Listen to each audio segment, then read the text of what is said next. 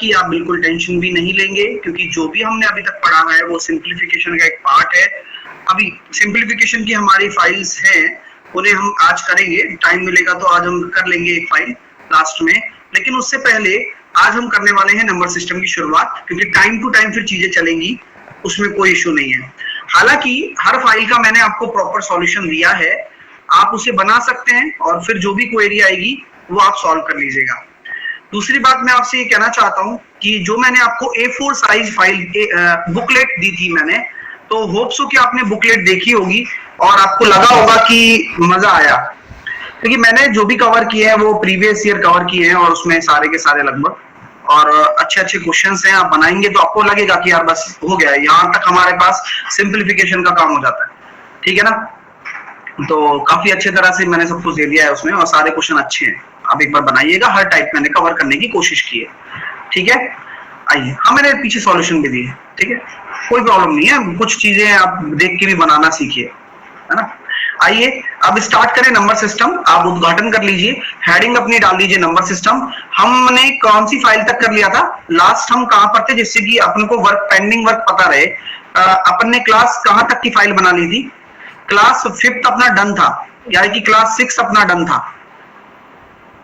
Class 6 done था पूरा है, यानी कि अब जब नेक्स्ट होगी या 7 से स्टार्ट होगी या 6th बाकी है।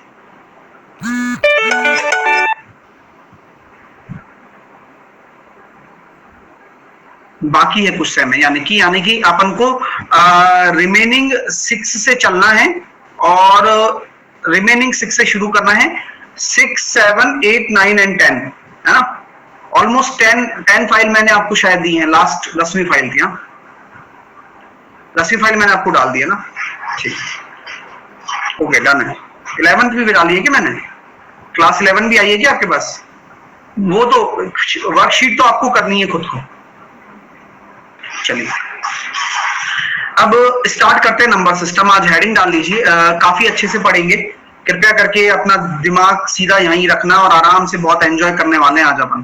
तो चलिए नंबर सिस्टम,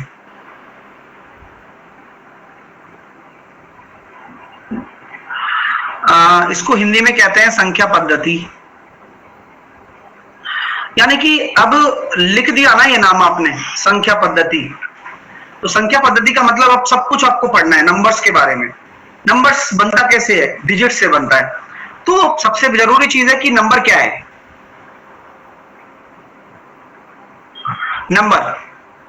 नंबर हम बोलते हैं ए न्यूमरल ग्रुप,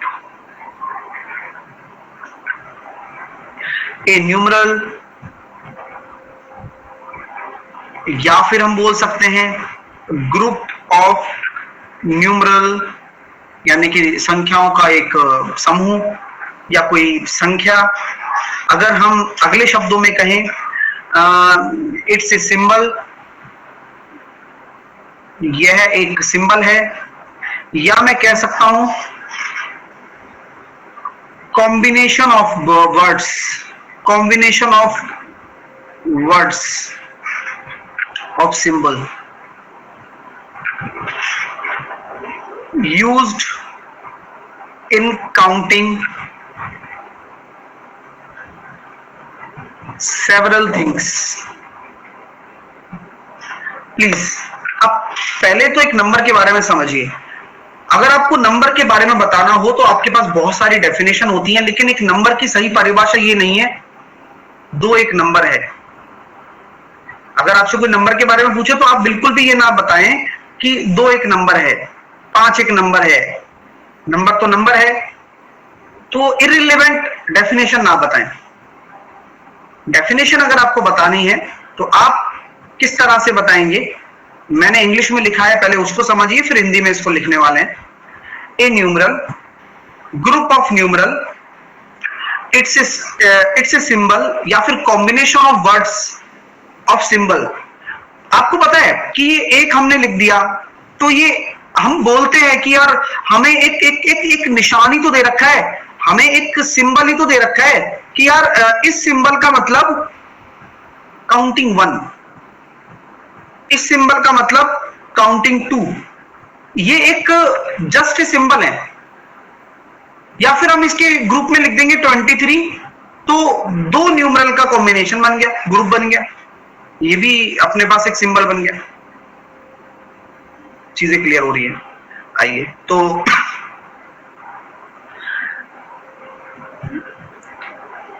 संख्या एक चिन्ह है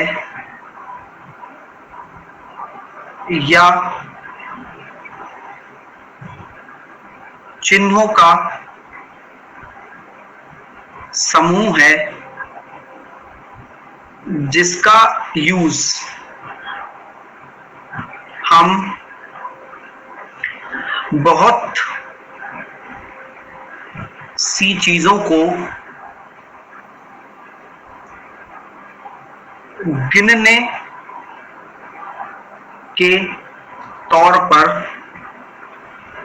उपयोग में लेते हैं।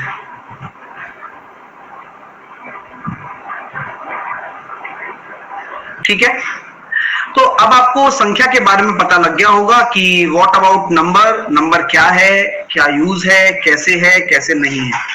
ठीक है सर, चलिए अब हम चलते हैं आगे। अब आपको कोई भी नंबर पता लगता है तो सबसे पहली चीज आती है डिजिट। डिजिट को बोलते हैं हम अंक। अब इसके 10 संकेत होते हैं। एक तरीके से एक कॉम्बिनेशन जो भी बनता है वो डिजिट से मिलकर बनता है, कोई भी संख्या का।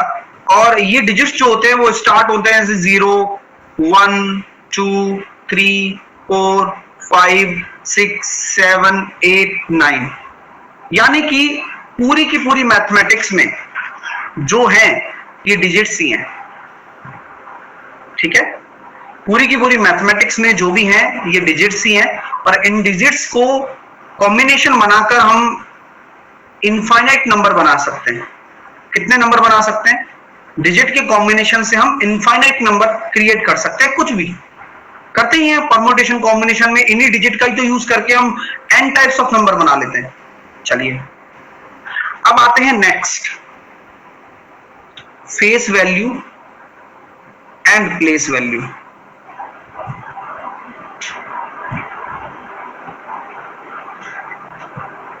फेस वैल्यू होता है किसी भी आपके डिजिट होगा उसका शुद्ध मान, क्या कह सकता हूं, विशुद्ध मान। शुद्ध मान बोल लीजिए हिंदी में, या फिर इसको बोल लीजिए आप विशुद्ध भी बोल सकते हैं। विशुद्ध मतलब मोस्ट प्योर वैल्यू, या फिर हम बोल सकते हैं जातीय मान भी बोल सकते हैं। तो ये सारे इसके मतलब है कि फेस वैल्यू, किसी की भी फेस वैल्यू, मैंने 2 दिखाया तो आपने कहा ये तो 2 है, मैंने बोला कि मैंने 3 दिखाया तो आपने बोला 3 है, मैंने आपको 5 दिखाया तो आपने बोला 5 है। तो आप किसी भी अंक को देखकर उसकी फेस वैल्यू बता सकते हो कि यार ये है इसका शुद्ध मान। ठीक है, और हाँ अब आते हैं प्लेस वैल्यू पर। प्लेस वैल्यू का सही मीन है स्थानीय मान।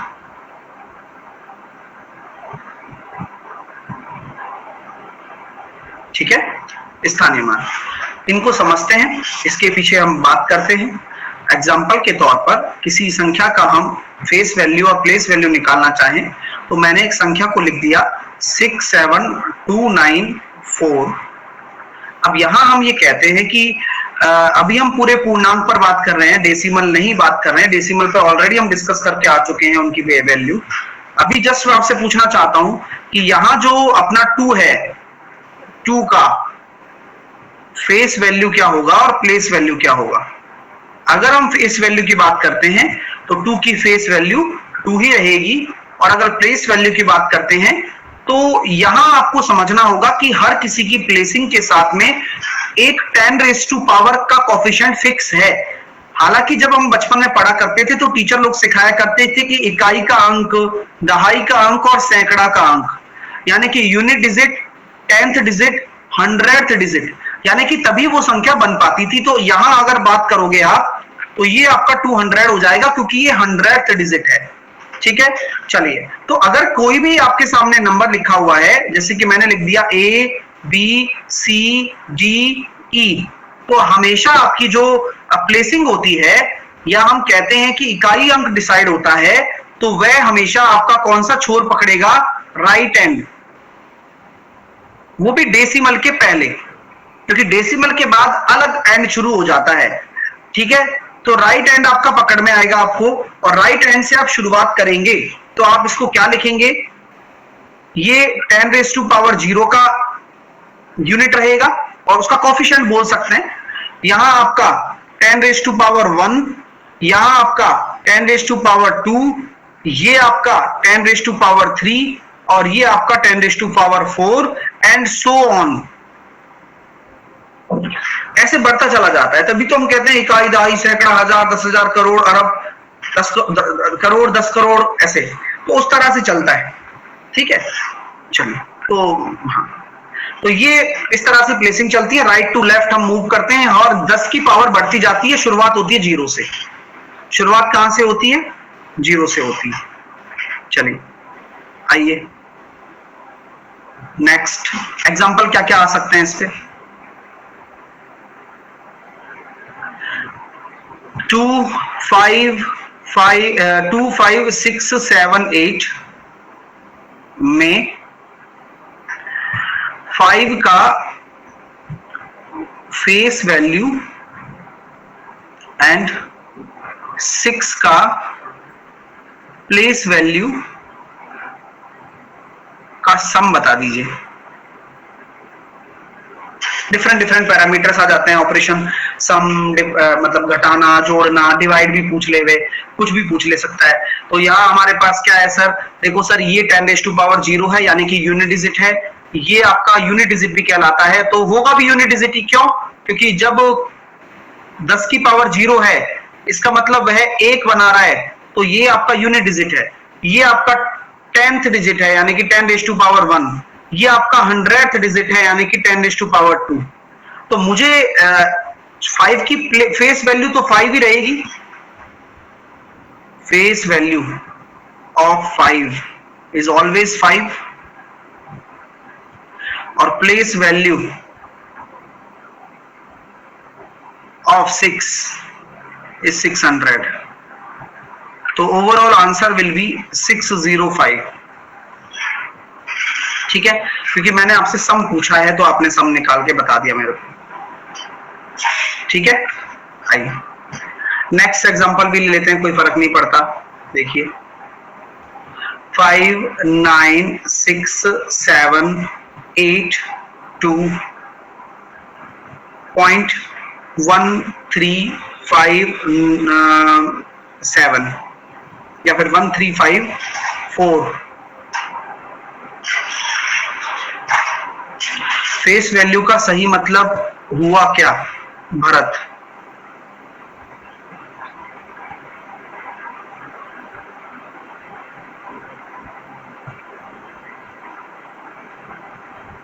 भाई तुम या तो पढ़ ही लो, या तुम कमेंट कर लो। जैसे कि ये बहुत सारे बच्चे आ रहे हैं, ये इसका मतलब, उसका मतलब। भाई सिंपल सी बात है, एक ही चीज पे काम हो सकता है, या तो पढ़ ही लो तुम, और मैं चुपचाप पढ़ा रहा हूं तो चुपचाप पढ़ लो बस, है ना। क्योंकि फिर कॉन्सेप्ट जो मैं, भाई आपको पता है कि मतलब एक तरीके से नंबर सिस्टम भी क्रोनोलॉजिकल तरीके से चलता है भाई, ये सब चीज चलेगी, तो वो ना मिस हो जाए बस, इसलिए सामने ध्यान दो, है ना।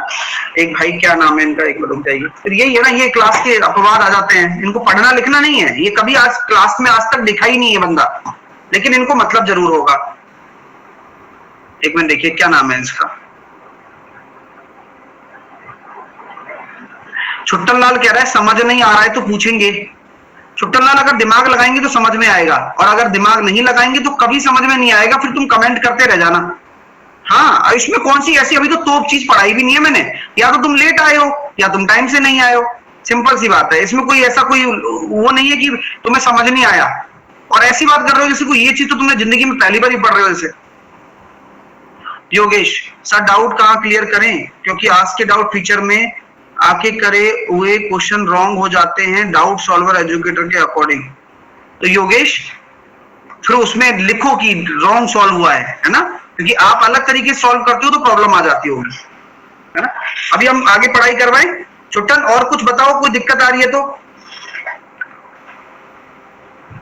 क्योंकि तुम्हारे चक्कर में फिर हो नहीं पाता है ना पूरा, प्रॉब्लम ये हो जाती है क्योंकि हर किसी को अपनी रामायण रामायण बस कमेंट कमेंट कमेंट करना है और कुछ काम नहीं है। पढ़ने वाले चुपचाप पढ़ते हैं, उनको कोई लेना देना नहीं है इस चीज से।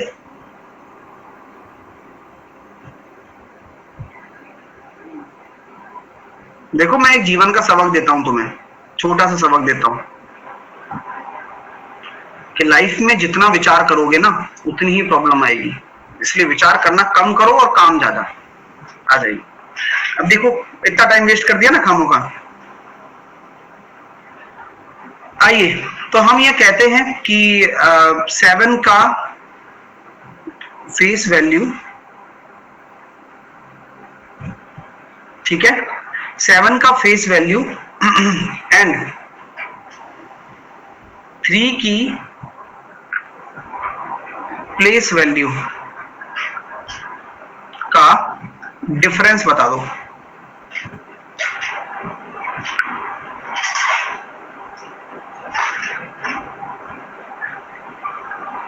तो 7 का जो फेस वैल्यू है, देखिए ये अगर डेसिमल है आपका तो उस डेसिमल के इधर आपके सामने देखो ये आपका 10⁻⁻1 चलता है, ये आपका 10⁻⁻2 चलता है, तो ये आपकी क्या हो जाएगी, इसकी प्लेस वैल्यू हो जाएगी 3 × 10⁻⁻2।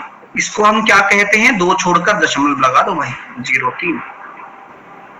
और 7 तो 7 ही रहेगा क्योंकि फेस वैल्यू की बात कर रहा हूं। तो 7 में से अगर 0.03 अगर चले भी जाते हैं तो ये कितना निकल कर आएगा, 6.97। अंडरस्टैंड। चलिए सर चलते हैं आगे।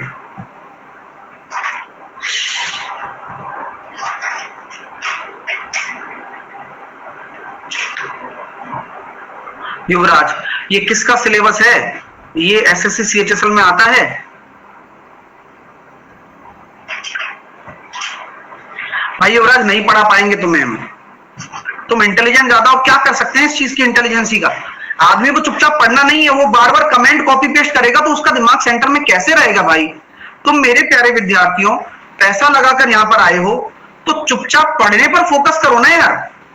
पंचायती तुम ऐसी करते हो जैसे कोई पुराने जमाने के तुम साइंटिस्ट हो यार। हाँ मतलब कुछ भी यार है, पढ़ाई पे ध्यान दो, जो चीजें पढ़ा रहा हूं उस पर फोकस करो पहले। चलिए अब हम स्टार्ट करते हैं आगे, अगले कॉन्सेप्ट की तरफ चलते हैं। अब नंबर्स के बारे में हमने आपके डिस्कशन किया, नंबर की प्लेस वैल्यू, फेस वैल्यू, इनके बारे में बताया। डेसिमल के बारे में ऑलरेडी मैं डिस्कस कर चुका हूँ लास्ट क्लासेस में। आइएगा, चक्कर क्या, संडे है ना, कोई और टीचर नहीं मिला तो चलो यहाँ पे ही आ जाते हैं मूड मारने, ये चक्कर पड़ गया है और कुछ नहीं, वरना रेगुलर बच्चा तो रेगुलर बच्चे की तरह पढ़ता है। तो यहाँ पर हम बात करते हैं अब पूरा जो नंबर्स का चार्ट है उसके बारे में डिस्कशन करने वाले हैं।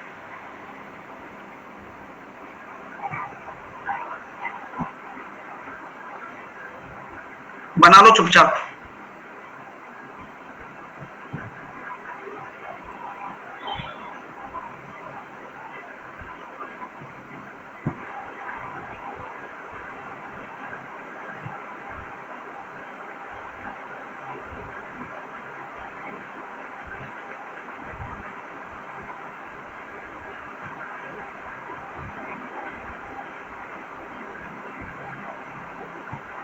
चलिए एक एक करके फिलअप करते जाते हैं।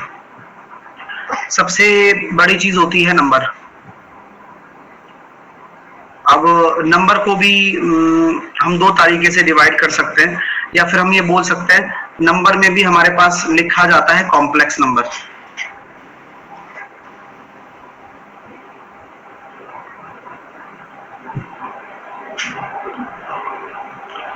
है ना। कॉम्प्लेक्स नंबर में भी हम यहां लिख सकते हैं सम्मिश्र संख्याएं।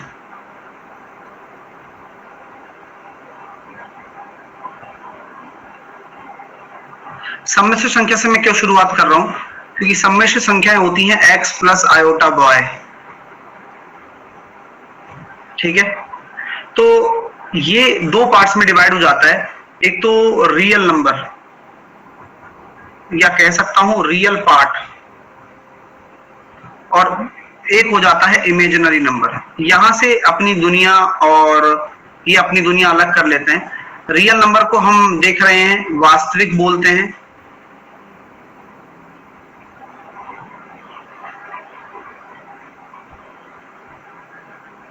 सब लोग नोट्स बनाते रहना, है ना, यहां से आपकी बढ़िया तरीके से शुरुआत हो रही है चीजों की। और ये होता है आपका काल्पनिक। काल्पनिक का मतलब साफ साफ पता लग गया, जो आयोटा से जुड़ा हुआ है वह काल्पनिक हिस्सा है। यानी कि एक चीज हम बता देते हैं, √-1, इसलिए हम कहते हैं कि रूट के अंदर नेगेटिव नहीं आता। √-1 इज डिनोट आयोटा, है ना, ये आयोटा को डिनोट करता है, इसलिए इमेजिनरी पार्ट कहलाता है। ठीक है, अब वास्तविक संख्याएं आ गई। अब वास्तविक संख्याओं को भी हमने क्या किया, अब इमेजिनरी वहां क्लोज हो गया मैटर, तो इसको जब हमने दो पार्ट्स में बांटा, उसके बाद वास्तविक संख्याओं को भी हमें दो पार्ट में बांटना पड़ा। उसके पीछे रीजन क्या होता मैं बताता हूं। जब अपने पास नंबर आई कॉम्प्लेक्स नंबर, तो आयोटा वाली सारी को हमने कहां डाल दिया, इमेजिनरी में डाल दिया। अब आयोटा वाली सारी संख्याओं को अगर इमेजिनरी में डाल दिया, तो रियल नंबर में कौन कौन सी संख्याएं आपको दिखने लगी। रियल नंबर में आपको एग्जांपल मैं यहीं की यहीं देता चलूंगा, जिससे कि आपके एक ही चार्ट में बहुत सारी चीजें कवर हो जाएं।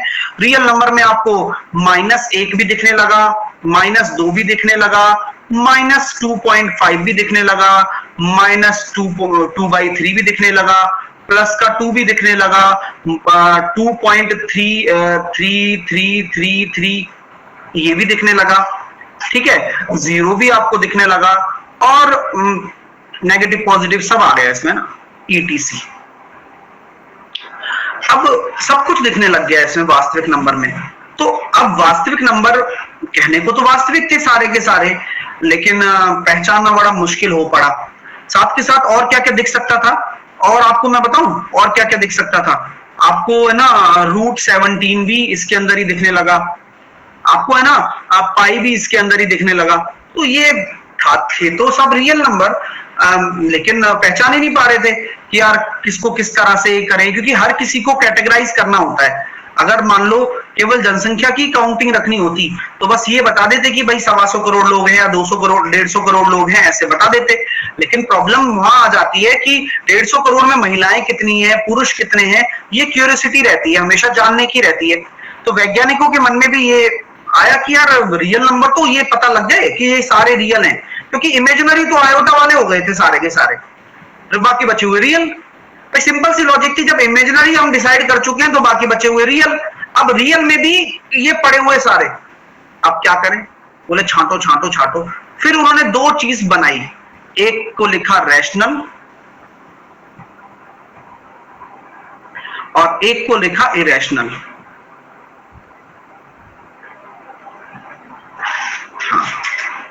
अंशु कह रहा है आयोटा वाला समझ नहीं आया सर। हाँ, वहीं अटके रहना, जबकि उसका कोई काम नहीं है तुम्हारी जिंदगी में, लेकिन भाई वहां से आगे बढ़ ही नहीं रहे,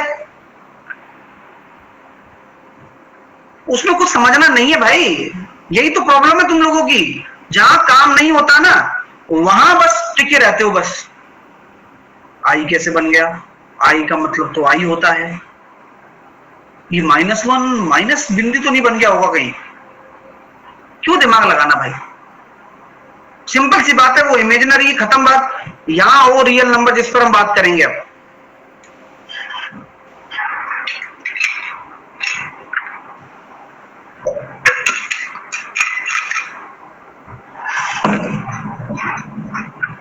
चलिए, रैशनल को हमने बोल दिया परिमेय संख्याएं, और इरेशनल को बोल दिया अपरिमेय।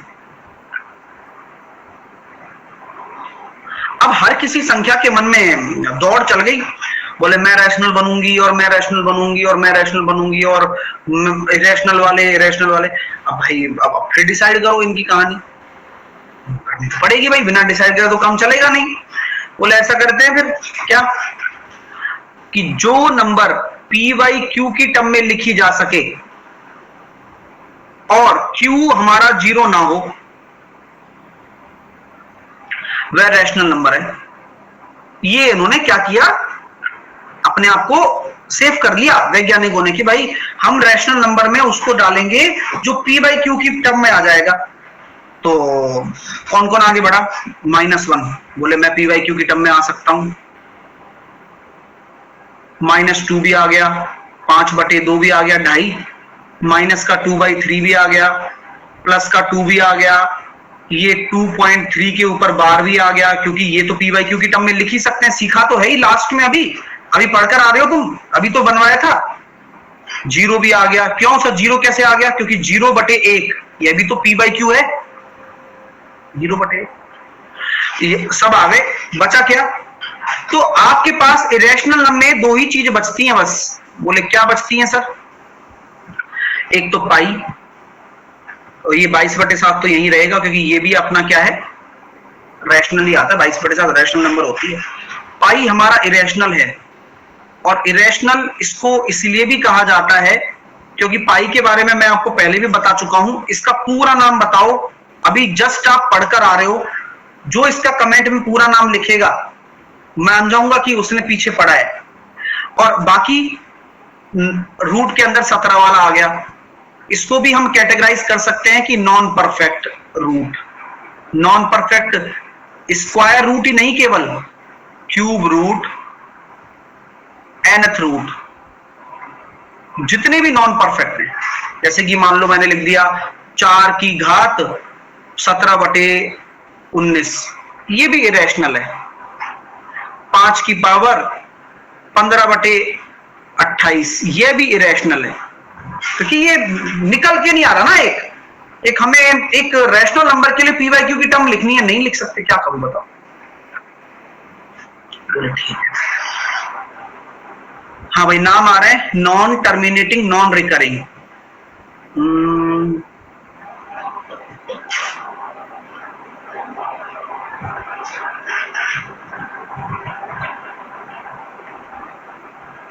इरेशनल नंबर में इसका नाम ये हो सकता है नॉन टर्मिनेटिंग, नॉन रिकरिंग,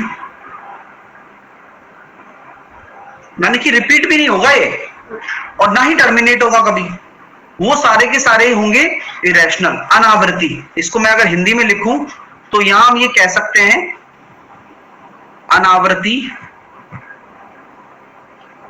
अशांत दशमलव।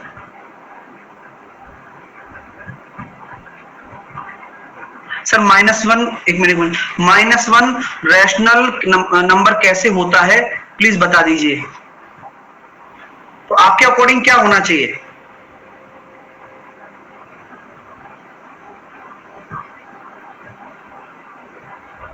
है भाई?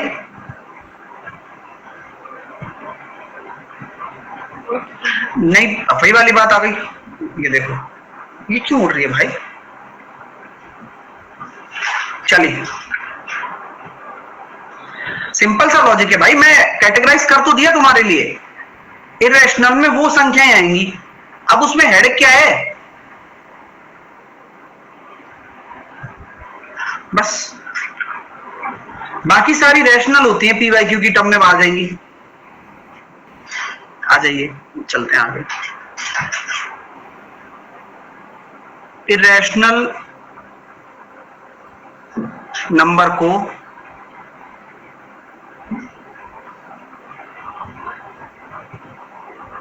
रैशनल नंबर में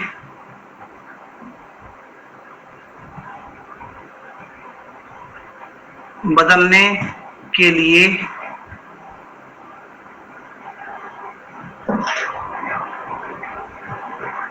एक फैक्टर टर्म यूज होती है, उसे रैशनलाइजिंग या रैशनलाइजेशन फैक्टर कहते हैं।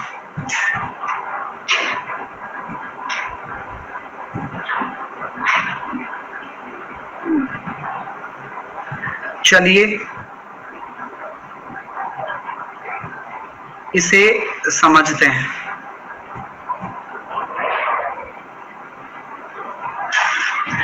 एग्जाम्पल 2√2 आपका क्या है, यह एक रैशनल नंबर है या इरेशनल नंबर है? सर √2 हमारा एक इरेशनल नंबर है क्योंकि ये एक नॉन परफेक्ट है, तो इरेशनल ही होगा, अपरिमेय ही होगा। अब कहानी ये होती है कि इसके अंदर एक ऐसे फैक्टर का मल्टीप्लिकेशन करके बताओ जो कि इसको रैशनल नंबर में कन्वर्ट कर दे, यानी कि इसको परिमेय संख्या में बना दे। ठीक है, और वही आपका क्या कहलाएगा, ये आपकी क्या होनी चाहिए, सिंपलेस्ट फॉर्म होनी चाहिए। ये भी बात बहुत जरूरी है लिखना, ऐसा नहीं है कि कुछ भी गुणा कर रहे हो भाई, सबसे सिंपलेस्ट फॉर्म होनी चाहिए वो। एक संयुग्मी पे चला गया भाई, कोई चीज होती ना यहीं से फेंक के मारता भाई साहब। चलिए, सबर ही नहीं है। सिंपलेस्ट फॉर्म का मतलब जैसे कि मान लो आप एक एज ए फैक्टर लेना चाहते हो और यहां बना, तो आप ये देख रहे हो कि यार इसमें ऐसा मैं क्या गुणा कर दूं कि ये रैशनल बन जाए, तो मैंने कहा 2 बना सकते हो। सिंपलेस्ट फॉर्म इसकी क्या है, √2 का गुणा करके, √2 का गुणा करके ये बना सकते हो। तो रैशनलाइजेशन फैक्टर क्या हो जाएगा यहां पर, ये आंसर होगा अपना, ना कि 2 आंसर होगा। आंसर 2 नहीं होगा, आंसर ये होगा। अगला एग्जांपल,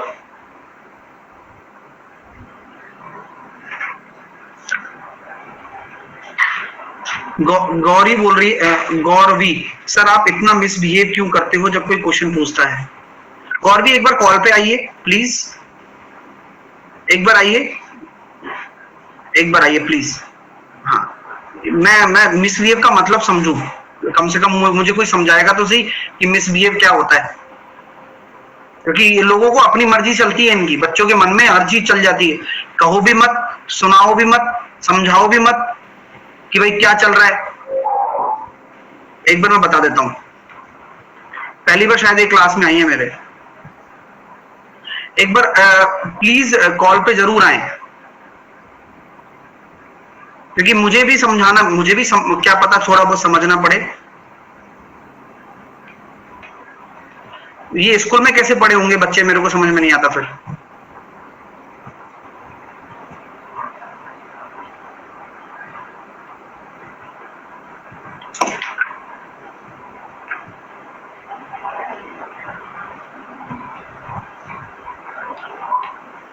गौरवी प्लीज एक बार ऑडियो कॉल फीचर पर आए, जिससे कि कम से कम ये क्लैरिटी तो मिले कि भाई किस तरह का मिसबिहेव हो जाता है जबकि आप उस चीज में इन्वॉल्व नहीं है।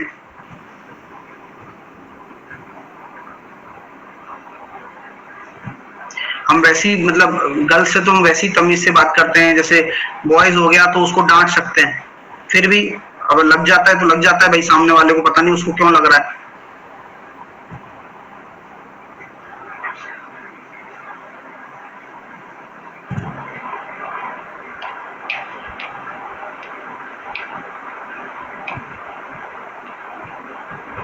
बोलने के बाद चुप नहीं होना है बस, ऐसे बच्चे मेरे को बहुत नफरत है इन बच्चों से।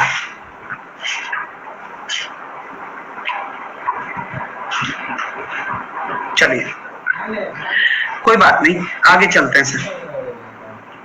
मैं आगे कहना चाहता हूं, जैसे कि अगला कॉन्सेप्ट है, अब यही तो है ना, अभी पढ़ाने में तकलीफ होती है, पढ़ने में तकलीफ होती है इन बच्चों को, और वही वाली बात है, इनको पढ़ना भी होता है, पढ़ते भी नहीं है। कहो भी मत, सिखाओ भी मत, इनको डांटो भी मत, फिर पढ़ लिए। चलिए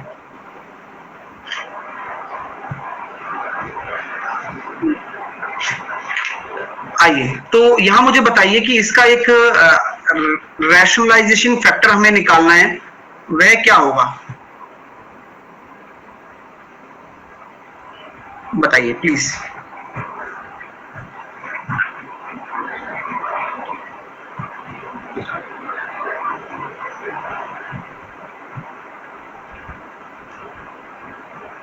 तो मैंने अभी आपको समझाया कि सर ये हमारे पास 16 है।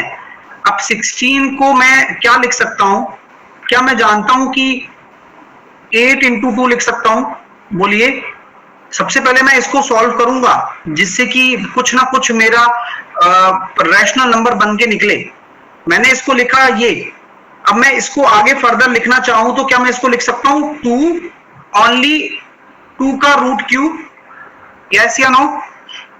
यस। सो अब इसको तो कन्वर्ट करने की जरूरत नहीं है क्योंकि ये तो ऑलरेडी अपने पास कन्वर्टेड है। अब मेरे को इस संख्या को अपरी में कौन बना रहा है? This one. और इसमें गुणा क्या करूं जिससे कि एक परिमेय संख्या बन जाए?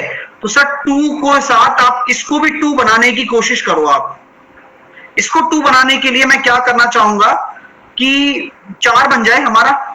तो ये जो फैक्टर हो वो क्या हो? 2 की पावर 2/3। कारण क्योंकि ये जो है ये 2 की पावर 1/3 है और इसको 2 कुछ गुणा करना है जिससे कि ये 2 बन जाए। तो यहां 2 की पावर 2/3 होना चाहिए। तो आपका जो राइट आंसर होगा फैक्टर वाला वो क्या होगा? रैशनलाइजेशन फैक्टर ये होगा। तो आंसर ये अपना होने वाला ये 2 की पावर 2/3 ये आंसर होगा अपना। मेरी बात आपको समझ में आ गई? और यही फील होता है सिंपलेस्ट फॉर्म। तो जो स्टूडेंट पूछ रहे थे what is the meaning of simplest form, simplest form ये है कि पहले जब तक आपको प्रॉब्लम नहीं हो रही है तब तक आप उसको सॉल्व करते रहें। देन जब लास्ट में आपको लगे कि यार इसकी वजह से प्रॉब्लम क्रिएट हुई, वो आपको रैशनलाइजेशन फैक्टर उसके हिसाब से करना है। ठीक है ना?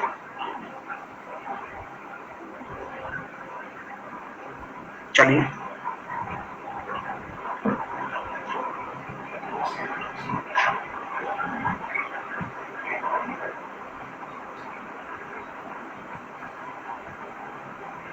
अरे शिल्पा चल रैशनलाइजेशन फैक्टर रहा है। और वो बच्चा किसकी बात कर रहा था यार? कौन सी चीज की बात कर रहा था वो? दूसरे टॉपिक की बात कर रहा था वो, है ना? संयुग्मी, वो संयुग्मी की बात कर रहा था। तो यहां कहां से आ गया संयुग्मी यार? तो उससे ये नहीं बोले कि भाई तू यहां ध्यान दे ले, इसको समझ ले पहले। हर किसी को अपने हिसाब से चलना है सब काम। फिर इंसान ध्यान ही देना बंद कर देगा, फिर तुमसे कुछ कहेगा ही नहीं कोई। फिर कहोगे तो इग्नोर हो रहा है।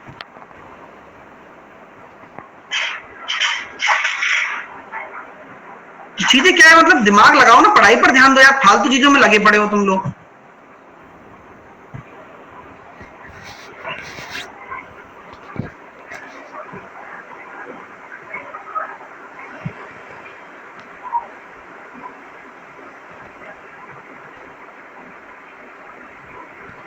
वास्तव में इन बच्चों को पढ़ाने का मतलब नहीं है। मैं अब पढ़ाऊंगा ही नहीं इनको। इन 10-5 बच्चों को हटवा दूंगा क्लास से क्या के, क्योंकि फालतू में ही आ जाते हैं कहीं कहीं से और फिर दिमाग खराब करते हैं किसी भी टीचर का। अरे तुम मुद्दे पे बात तो रहते नहीं है, जो चल रहा है उस पर ध्यान नहीं है। तुम अगर मैथ ही आती तो तुम तरीके से पढ़ लो ना पहले यार, फिर उसके बाद तुम लास्ट में तुम्हें अगर लगे कि तुम्हारा कुछ छूट गया तो बात है।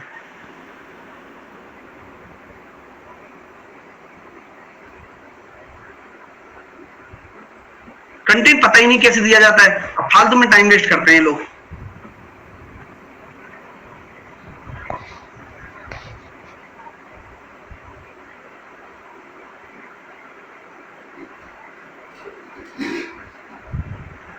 चलिए अभी जैसे कि मैं अगला कंटेंट आप लिखने चाहता हूं आपके सामने, जैसे मैंने लिख दिया 125 का 4th रूट। अब मुझे बताइए इसका रैशनलाइजेशन फैक्टर क्या होगा?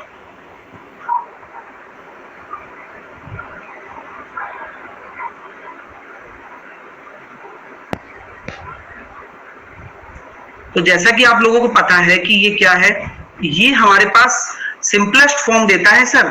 तो आपको ये बनाना पड़ेगा 5 की पावर 3 1/4, क्योंकि ये होता भी यही है। अब मुझे पता है कि यहां मैं ऐसा कुछ लिखूं जिससे कि सिंपलेस्ट फॉर्म में चला जाए, तो वो तो एक ही चीज है 5 की पावर 1/4, तभी ये क्या बन पाएगा 5 बन पाएगा। तो ये जो टर्म है ना यही आपका क्या कहलाएगा, रैशनलाइजेशन फैक्टर कहलाएगा। ठीक है, तो किसी भी चीज को आपको बदलना हो तो इस तरह से आप बदल सकते हैं। एक एग्जांपल और देता हूं आप लोगों के लिए जिससे कि आपको थोड़ा और अच्छा लगे।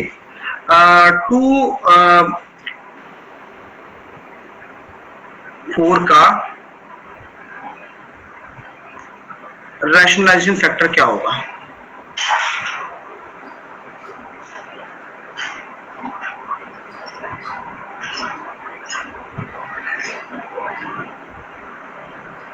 तो कहानी बिल्कुल सिंपल है कि सर ये 2 है, ये तो सेम सिंपल है, इसमें तो कुछ नहीं है।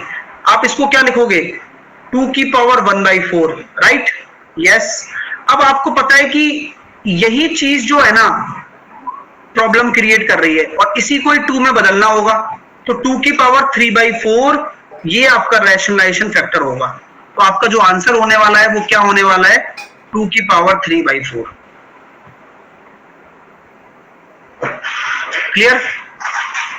तो किसी भी इरेशनल नंबर को रैशनल नंबर में क्रिएट करना हो तो आपको क्या करना है, एक ऐसी टर्म का मल्टीप्लिकेशन करना है जिसकी वजह से ओवरऑल रैशनल नंबर बन जाए, और जिस टर्म का गुणा किया है वही आपका रैशनलाइजेशन फैक्टर होता है। जो बना वो नहीं, जिसका गुणा किया है, बस ये ध्यान रखना। यहां तक उम्मीद करता हूं क्लियर हुआ होगा। अब चलते हैं थोड़ा सा आगे। स्मॉलेस्ट फॉर्म है, इसको सॉल्व करके ही तो बता पा रहे हैं ना हम सारी चीजें। चलिए आगे देखते हैं। अभी मैं यहां पर था, मैंने आपको रैशनल नंबर के बारे में बताया। अब रैशनल इरेशनल इन सब पे बात करने वाले हैं हम लोग। बहुत कुछ है पता है, अगर आपको अच्छा पढ़ना है ना तो चुपचाप पढ़ो बस, क्योंकि फिर चीजें रह जाती हैं और कोई मतलब नहीं निकलता है। तो रैशनल नंबर को हम बोलते हैं परिमेय संख्या। अब परिमेय संख्या के बारे में हम पूरा जानते हैं, क्योंकि अपरिमेय संख्या के बारे में मैंने आपको बता दिया, रूट वाली और पाई, नॉन टर्मिनेटिंग, नॉन रिकरिंग। इसके अलावा जितनी भी संख्याएं हैं वह कौन सी हैं, परिमेय संख्याएं। क्लियर? ये बात समझ में आ गई। अब इसको हम अपनी तरह से पढ़ने वाले हैं, अब हर एक चीज को, हर एक बेहतर से बेहतर चीज को। ठीक है, चलिए अब बहुत मजा आएगा यार, है ना, क्योंकि यहीं से ही अपना आगे का जो चार्ट है वो चलता है।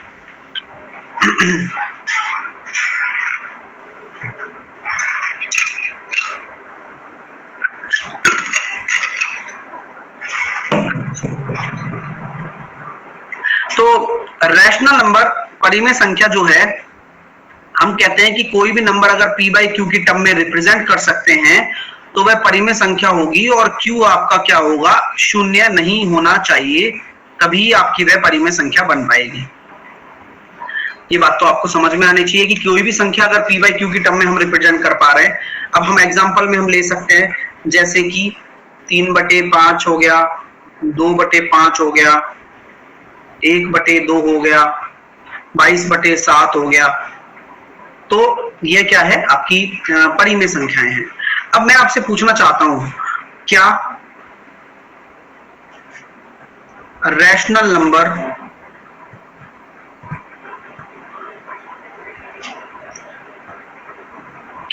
नंबर पॉजिटिव, नेगेटिव,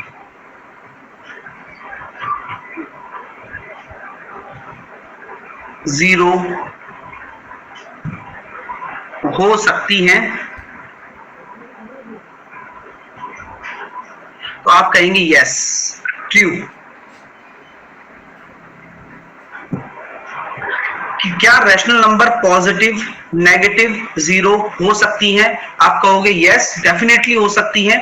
तो हमेशा याद रखना कि कभी आपसे पूछे एग्जांपल के तौर पर कि -27, क्या ये एक रैशनल नंबर है, तो घबराना क्यों है भाई, अभी तो आप टॉप ऑफ द टेबल हो। रैशनल नंबर तो रियल नंबर के जस्ट बाद की सीढ़ी है, बाकी जितनी भी संख्याएं इसी के अंदर है, क्योंकि इरेशनल तो अलग कर दिया आपने, सब कुछ है अभी तक तो। ठीक है सर, -27 है, -27 क्या है, एक रैशनल नंबर है। Zero is also a rational number, और प्लस का 35 ये भी रैशनल नंबर है, क्योंकि इन सबको हम पीवाईक्यू की टर्म में लिख सकते हैं। और हमें बता दो ना कि अगर रैशनल नहीं है तो इरेशनल तो हो ही नहीं सकता, बिकॉज इरेशनल की डेफिनेशन को ये फुलफिल ही नहीं कर रहा। इरेशनल नंबर की डेफिनेशन पता है, बाकी सारे के सारे इसी के अंदर आएंगे।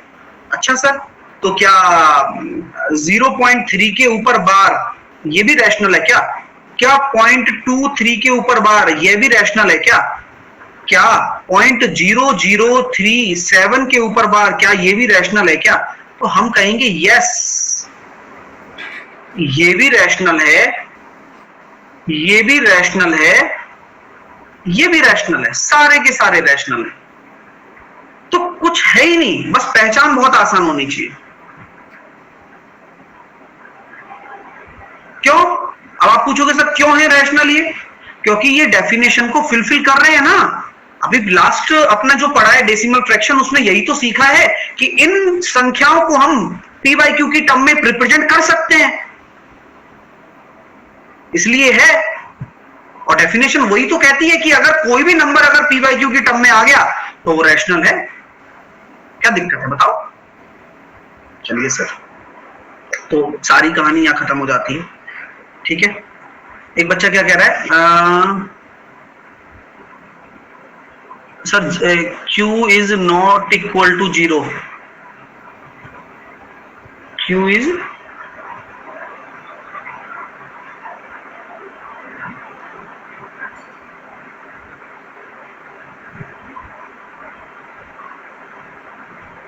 P by Q. हाँ, तो वहां पर हाँ लिखा है ना Q 0 नहीं हो सकता, क्योंकि Q 0 हो गया तो डिनोमिनेटर 0 हो गया तो इनफाइनाइट हो जाएगा, और इनफाइनाइट तो इनडिफाइंड फॉर्म है, हम डिफाइन ही नहीं कर सकते उसको। ठीक है भाई साहब, चलिए आराम से देखिएगा, ठीक है। यहां तक कोई इश्यू नहीं होना चाहिए। अब आगे चलते हैं, आगे की चीजों को समझते हैं, आइएगा।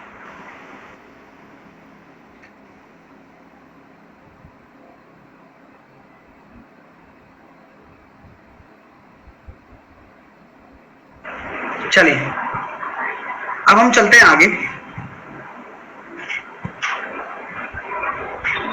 आगे की चीजों को देखना मजा आएगा अब आपको, क्योंकि अभी तक आपने एक्सप्लोर किया, हर एक चीज को समझा, जाना, पहचाना, हर एक चीज को अच्छे से चीजें हम करेंगे, ठीक है।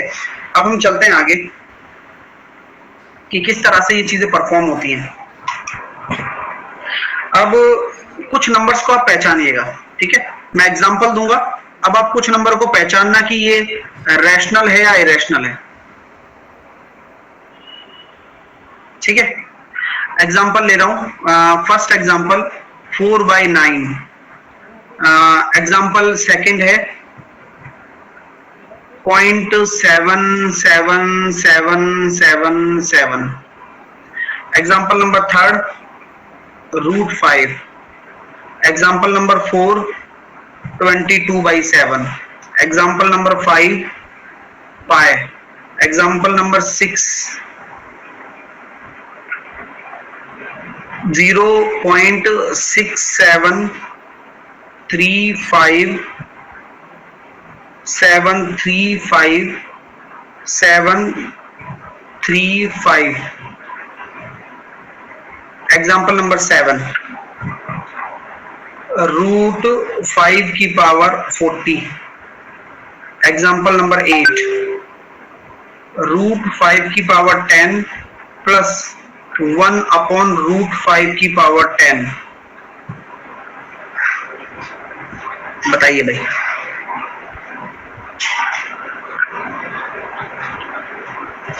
तो ये क्या है सर? हम कहते हैं पी बाई क्यू है रैशनल।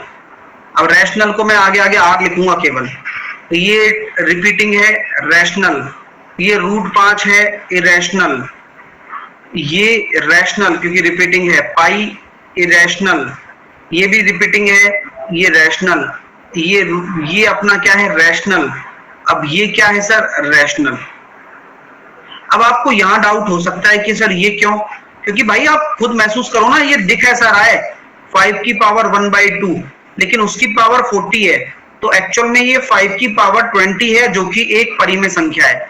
इसी प्रकार यहां पर भी आप इसको अगर लिखोगे तो ये 5 की पावर 5 ही दिखेगा, प्लस 1/5 की पावर 5, तो वो रूट तो है लेकिन उसके ऊपर भी तो इवन पावर है, तो वो कट गई, रूट है तो इवन पावर कट गई, ठीक है, जिससे कि ये क्या बन गया, एक रैशनल बन गया। एग्जाम्पल अगला,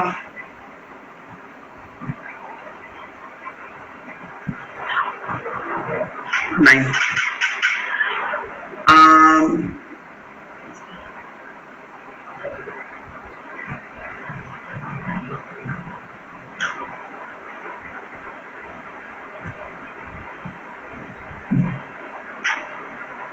बताइए।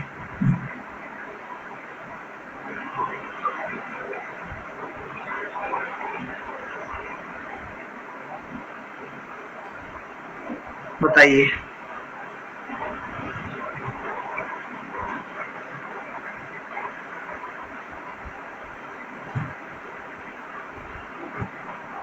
बताइए बताइए।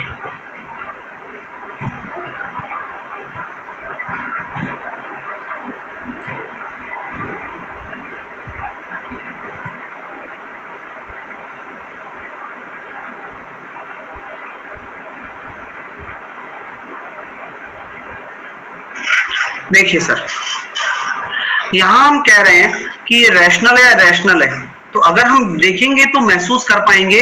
9th नंबर का बताना केवल मेरे को पहले, केवल 9th नंबर के मैं आंसर जानना चाहता हूं आपके सामने।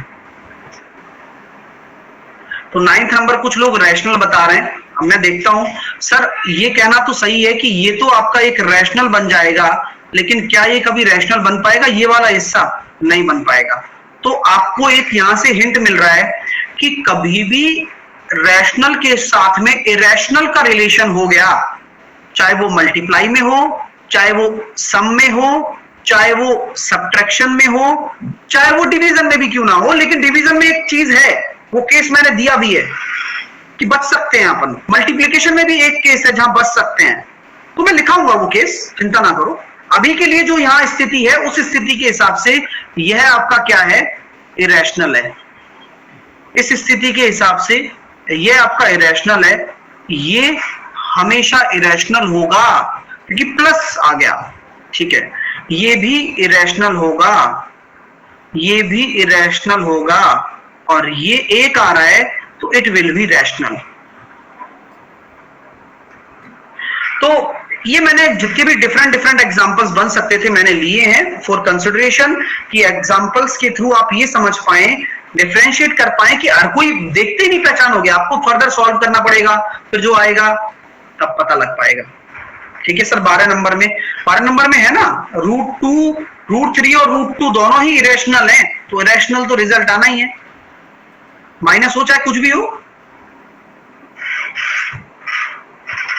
हाँ, अब एग्जांपल ले लेते हैं आगे। क्यों परेशान क्यों हो रहे हो तुम? परेशान मत हो, आराम से चलने दो। विक्रम कह रहा है समझ नहीं आया। विक्रम बस डेफिनेशन को फॉलो करो, समझ में आ जाएगा। शुरू से ही ध्यान नहीं दे रहे होगे, इसमें कोई गलती नहीं है तुम्हारी, ध्यान शुरू से ही नहीं दिया, इस वजह से नहीं आ रहा है।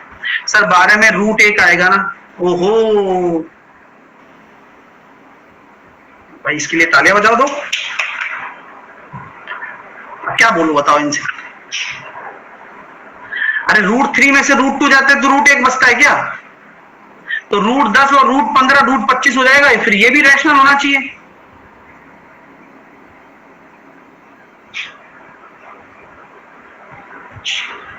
गणित ही बदल दी। नहीं होता है भाई, कभी भी इरेशनल नंबर में से इरेशनल नहीं घटता है। हाँ चलिए अब लिखिए आगे। Rational number plus rational number करते हैं तो क्या आता है, हमेशा रैशनल ही आता है। रैशनल नंबर, अब रैशनल लिखूंगा नहीं परी में बार बार, है ना, आप समझ जा रहे हो ना सब कि सर परी में की बात कर रहे हैं। यस, माइनस रैशनल नंबर करूंगा तो भी क्या आता है, रैशनल ही आता है। Rational number into rational number करूंगा तो भी रैशनल ही आता है, और rational number divided by rational number करूंगा तो भी रैशनल ही आता है। यानी कि किन्हीं भी रैशनल नंबर के बीच में प्लस माइनस गुणा भाग कुछ भी करो वह डेफिनेटली आपको रैशनल ही देने वाला है। कहानी खत्म यहां पे।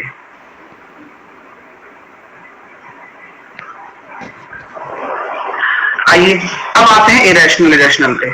इरेशनल और इरेशनल को जोड़ूंगा तो क्या होगा, बताओ, खुद बताना दिमाग लगा के। अगर नहीं बताया ना तो मैं बता रहा हूं, फिर आपको मैं बताऊंगा। Irrational into irrational, irrational irrational division by irrational. तो sir irrational plus irrational always irrational, irrational minus irrational is always irrational. ये ऑलवेज होंगे सारे मामले। यहां पर इरेशनल हो सकता है और रैशनल भी हो सकता है। अभी मैं दोनों केस बताने वाला हूं। यहां भी इरेशनल भी हो सकता है और रैशनल भी हो सकता है। कैसे, एग्जांपल ले लीजिए इनका। May be example, √3 into √3 became 3 and √5 into √3 became √15। ये आपका रैशनल है और ये आपका इरेशनल है। इसका example, √3 upon √3 became 1 called rational, √3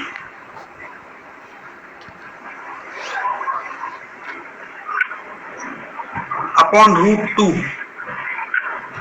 irrational. अब बात आती है सर इस इरेशनल वाले केस में, माइनस वाले केस में भी तो आप रैशनल बता सकते हो।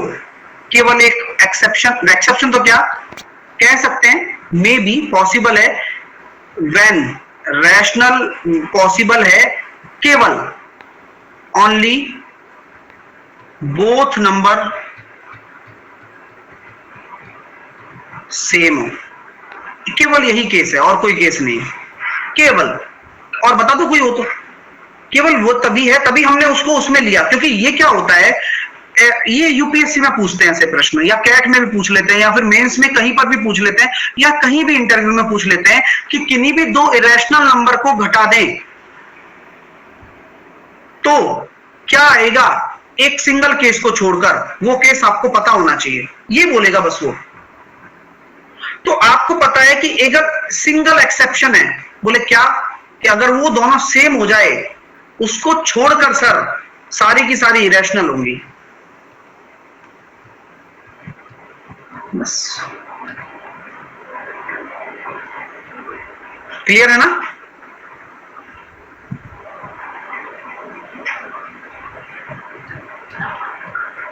अब देखो बच्चा का सर एग्जांपल, अब यार जब बुद्धि चल जाती है ना तो उसकी जरूरत नहीं पड़ती। अब इसमें क्या एग्जांपल लोगे तुम, बताना मेरे को, इसमें क्या एग्जांपल लूं। मैंने बोल दिया ना तुमसे, कॉमन सेंस लगाओ भाई, सेम नंबर बोल रहा हूं, अब कुछ भी ले लो, कुछ भी, √5 माइनस √5, √7 माइनस √7, बस कुछ भी। वो केस तो दिमाग में बैठ जाना चाहिए ना, बस 0 आएगा, हो गया काम। और प्लस में ऐसा कोई है क्या, एक्सेप्शन नहीं है, प्लस में एक्सेप्शन नहीं है। क्लियर हुआ। अब आती है दोनों का mix, irrational plus rational, irrational minus rational, irrational into rational, और इरेशनल डिवाइडेड बाय रैशनल। क्या होगा देखिए,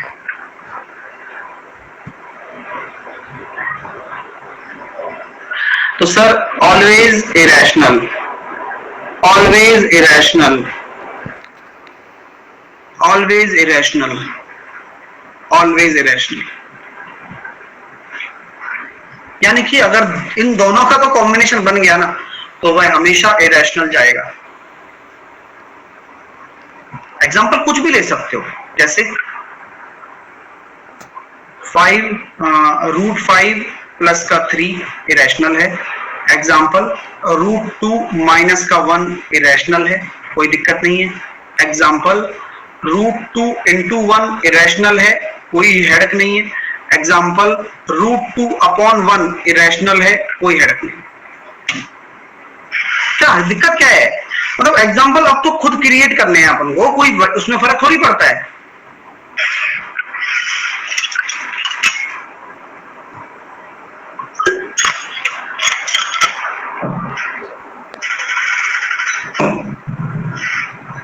क्लियर है? तो √2/0 हो तो अरे अब क्या करूं इस बच्चे का, बताओ भाई। गौर भी तुम्हें बताओ इसका क्या करा जाए अब।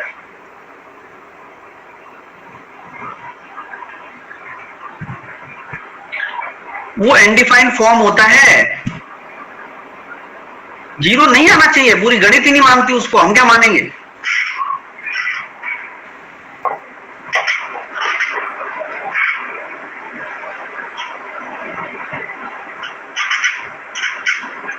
चलिए, अब तुम गणित के साथ मिसबिहेव करते हो तो गणित तो अगर आदमी होता ना मैं ही बता देता।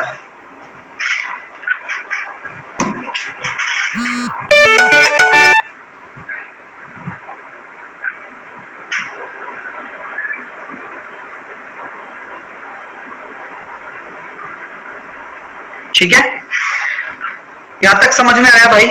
रैशनल इरेशनल को मैंने पूरा डिटेल में आपको बताया। आपके सारे के सारे जो कॉन्सेप्ट्स हैं वो भी सही हो गए होंगे, ऐसी मेरी आशा है। अब हम चलते हैं आगे।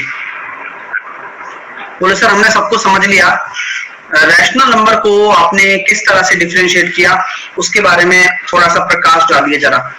मैंने कहा बिल्कुल डालते हैं, चलो।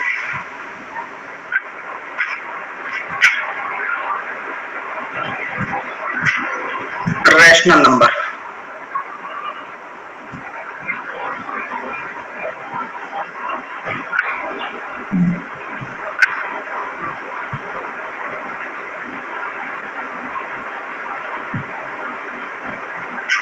परिमेय संख्या।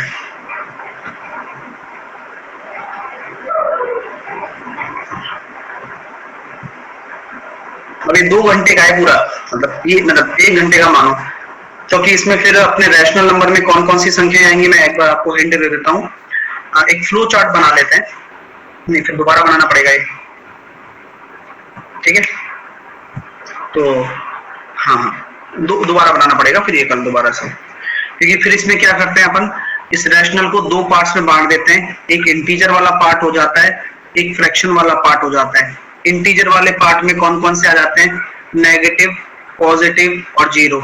पॉजिटिव वाले इंटीजर को अलग से ले लेते हैं तो ये हो जाता है नेचुरल नंबर, 0 के साथ में ये हो जाता है होल नंबर।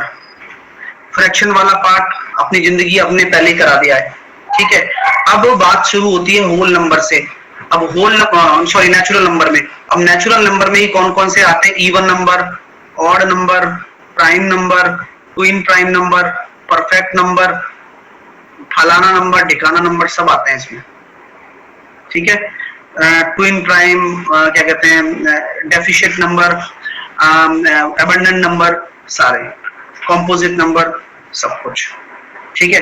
फिर उसके बाद में अपने लिए आते को प्राइम नंबर, इसके साथ साथ फिर आता है इन्वर्टिव मल्टीप्लिकेटिव। फिर इसके आते हैं नियम, संबरक के नियम, ऑपरेशंस ऑफ नंबर्स, जहां पर हम closure law, associative law, distributive law, इन सब के बारे में पढ़ने वाले हैं, है ना। और उसके बाद हम पढ़ेंगे अपने जितने भी लॉज हैं उनके बारे में पढ़ेंगे। फिर क्लोजर नियम पढ़ेंगे, फिर कम्यूटेटिव लॉज पढ़ेंगे, ठीक है।